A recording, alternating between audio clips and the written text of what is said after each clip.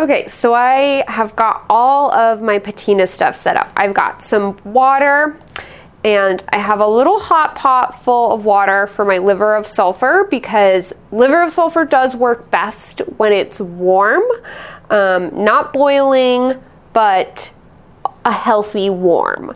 Some of the other patinas that you can use, like Black Max or the Jack's patinas, those don't need to be warm, but liver of sulfur does work best when it's warm. So I have a little hot pot here with water in it, and I only use it for liver of sulfur because I don't want to contaminate anything else.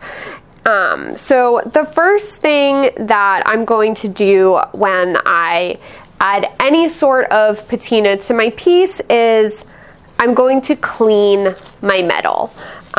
So that means I'm cleaning off any dirt, any oil from my fingerprints, because that's going to prevent an even patina. You're going to get weird splotchy areas of different colors and things like that. So you really want to make sure to clean it well. And I'm going to do that with a brass brush. The thing to remember with brass brushes is they will leave a slight marking on your bracelet, and I have a nice satin finish here, so the brass brush won't matter.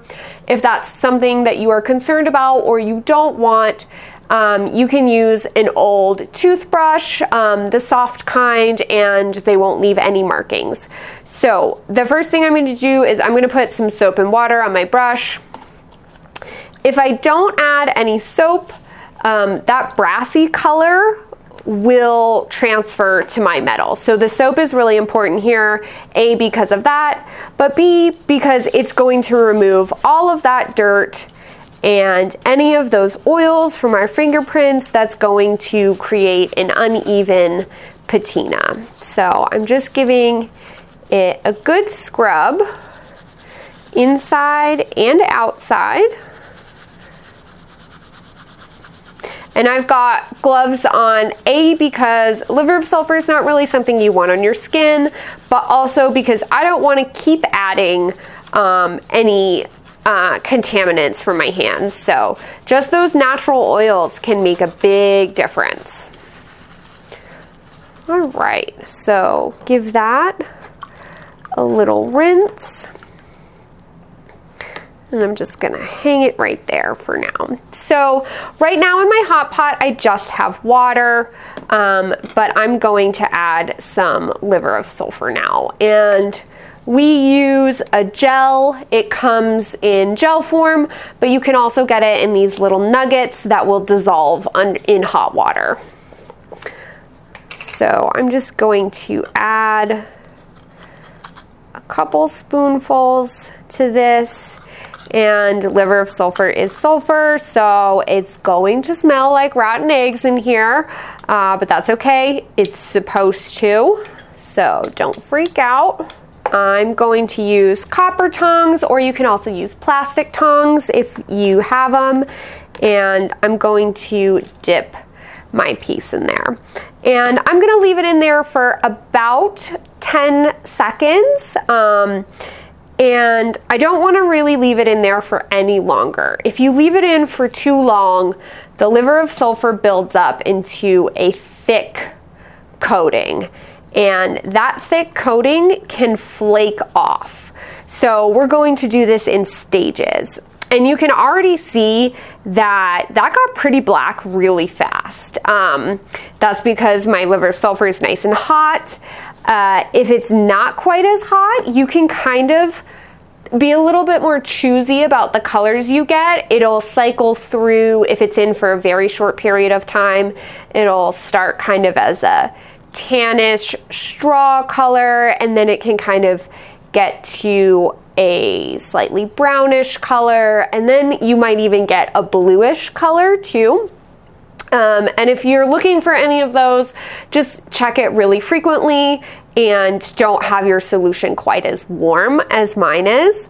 But I really want a nice, deep, rich black. So I took it out, I rinsed it, and now I'm going to take my brass brush to it.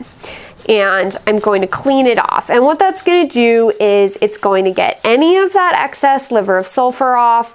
But what it's also doing is it's kind of burnishing that patina into the surface of my metal.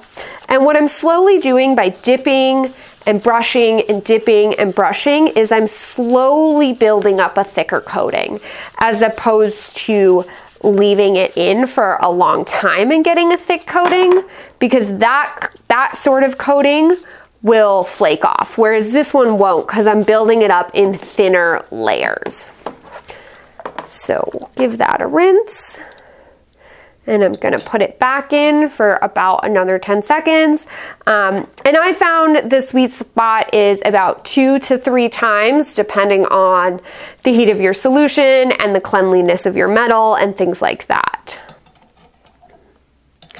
Because the warmer it is, definitely the faster it will work. And it also depends on how much liver of sulfur you put in there. If you make it really strong, it's going to work a little bit faster. So I'm just going to keep working through that process. And like I said at the beginning of this, is you can use this same process for any of the other blackening agents. I've used it with Black Max, I've used it with Jack's patinas. It works exactly the same. You want to build up those layers slowly as opposed to all at once, and you'll have a longer lasting patina. All right, so that's looking, I'd say that's pretty good and black. I don't think we need to do one more dip, but if it wasn't quite there yet, you could absolutely do one more. So we'll just dry this off. And then I'm going to show you how I pull that silver back out and add a little extra dimension to the piece. But first I'm going to clean this up. I don't really want to smell the liver of sulfur anymore since I don't have to. So be right back. Okay, so dried off, cleaned up. Now we're ready to bring it to the same point as this one, where I've kind of highlighted all of those leaf and flower details and really brought them out and added more dimension to my piece. So one of my personal favorite tools to use for that is these sanding pads. So they all have different grits on them, just like sanding paper, but they're puffy and they're really awesome. I absolutely love them. I have a piece just cut into a smaller square here so that it's a little bit easier to work with. And I like them because you can fold them and they just kind of float across the surface. Because that's really all I want to do right now is I just want to get the surface of those flowers, the leaves, and those balls just to highlight them and bring that bright silver color back. And I'm being pretty careful with this because I don't want to nick the background of my cuff because I really do want it just on those design elements. So I'm just slowly working my way across the cuff. I like this matte effect that the sanding pads give, but if you were interested, you could absolutely give a high polish to each one of these as well. If you were into that look, it'd be good to start off with one of the sanding pads to just remove the majority of that patina, and then you can highlight it with a silicone or a rubber wheel to kind of bring that high polish up. Right, we're just about done. If you wanted to, you could do the inside as well. I'm not going to do the inside, but I think I will highlight the edges. I always like that, just a little bit of brightness on the edge. Just take that to the edge lightly just to kind of highlight it. Alrighty. So you can just see how it's really brought out all of those elements and really highlighted them and just made them stand out so much more than if I don't have a patina on here. So on the plain silver one, you know, have a matte background and I've high polished all of those elements, but they still just don't pop in that same way. It doesn't have the same contrast. So I've really created a much more dynamic piece by adding a patina here. And if this was a little too black for you, you could pull that back lightly with the sanding pad as well. Not remove it completely, but remove it a little bit and kind of have more of a grayish color as opposed to a black color. And this technique of using a patina and then pulling it back again is so versatile. It's great for rings with texture on them, with beaded bezels going around a stone or something like that. It really just adds a lot more depth to the piece. So I've got it all finished up, and now I want to do something that's going to help preserve that patina, because over time with regular wear, it will wear off. As a cuff, it shouldn't wear off too much, but things like rings, especially on the band area where there's a lot of high traffic, it will wear faster. So I want to protect it as best I can. One of the best ways to do that is with Renaissance wax or paste wax.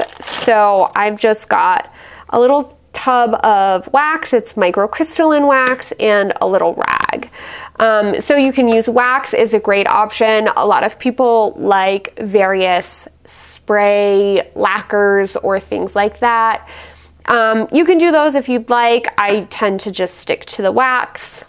I'm going to get myself a pair of rubber gloves as well. And what I'm going to do is, this rag is just a scrap of old t-shirt, so it's nice and soft, and I'm just going to scoop in a little bit of that wax, and I'm going to rub it into and all over the surface of this piece. And you can dip back in if you need a little bit more. And because I left the patina on the inside, I'm also going to make sure that I wax the inside. All right, so I've got all that on there. And now what I want to do is I just kind of want to leave it for a minute and allow that wax to dry, essentially. Because then I'm going to move to a different part of my cloth and I'm going to buff it into the surface. So I'm going to move to a clean part of the cloth without wax on it and kind of rub off whatever is there, essentially. And the wax part is exactly the same as the patina part. We build it up in layers. So I've kind of let that dry a little bit, and now I'm going to buff it into the surface. And then I'm going to come back to that spot on my cloth that I had dipped in to the wax, and I'm going to add another layer. And especially with a piece like this where you have dimension, the wax can get caught in and around those areas.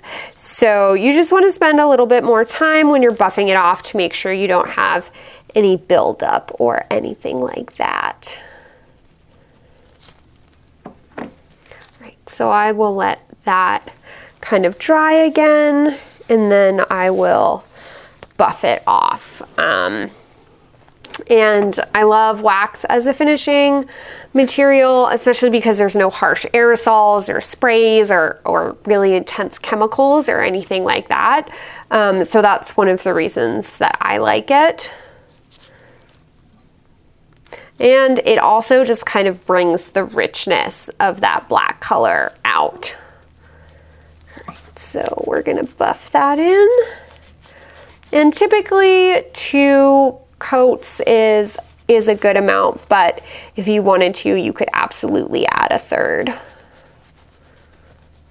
Making sure to get my cloth into all those nooks and crannies, especially around the balls and things like that, to get off any excess wax. And there we go. It's all finished and ready to wear.